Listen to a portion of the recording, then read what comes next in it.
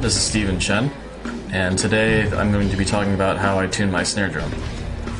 My snare drum is a Yamaha Steve Jordan signature snare drum. It's a 13-inch diameter by 6.5-inch depth. It's a 4-ply maple shell with 2-ply reinforcement rings on both edges, top and bottom. And I'm using the Remo coated ambassador on top and the Remo hazy ambassador for the resonant side. The first step is to bring the drum to finger tension. This means tightening each tension rod as tight as you can using only your fingers. This gives us a reasonably even tension on both heads to start with. It doesn't really matter which side you start on, and in this video I'm starting on the resonant side. The next step is to give some tension to each head. I usually bring the drum heads up about 5 half turns at each lug past finger tension. Then I check quickly with my fingers to see that the tone is the same at each lug and adjust accordingly. And then I repeat those first 2 steps on the other side. Once I bring the batter side to finger tension, I give a quick push to the center of the drum. Then I check to make sure that all the lugs are still finger tight, and if any have slipped, to bring them up to finger tension. Don't do this step on the resonant side though, because pushing on a head that thin may cause it to warp or even break. At this point, the drum should sound something like this.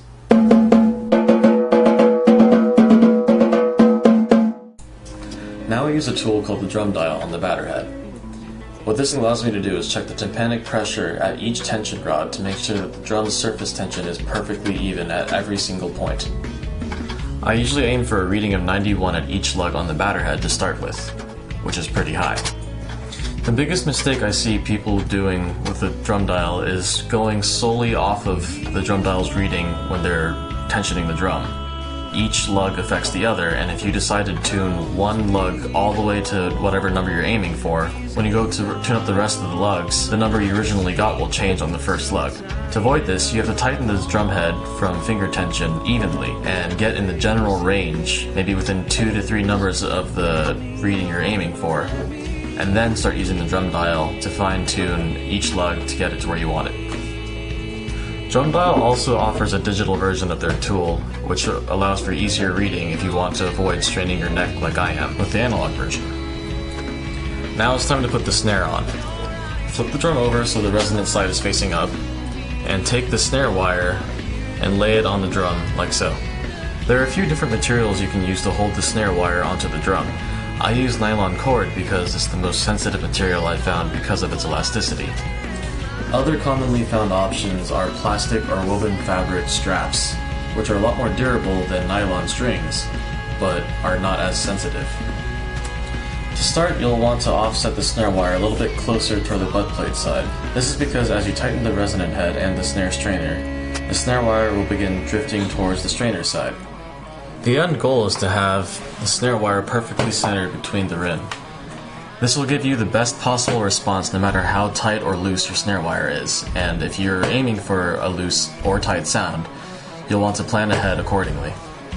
For now, you can expect to have to adjust the snare wire placement a few times before getting the sound you want and finding that sweet spot. The drum should now probably sound like this, and the snare wire should be pretty loose.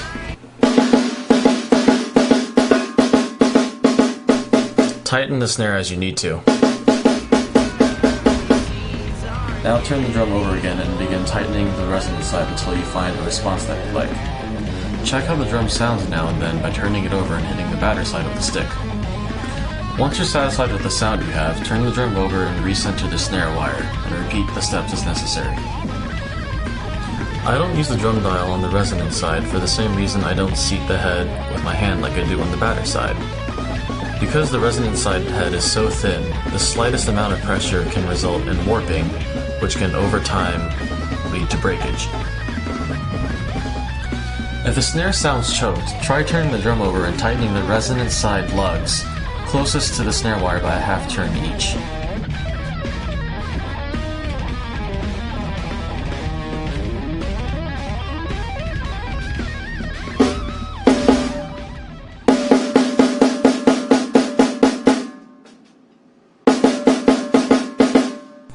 After a little bit more tweaking, this is what I got my snare drum to sound like.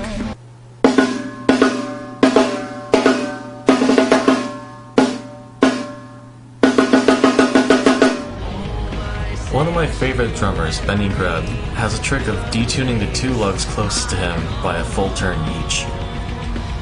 This gives a really nice depth to the snare drum and adds an extra punch that I really like.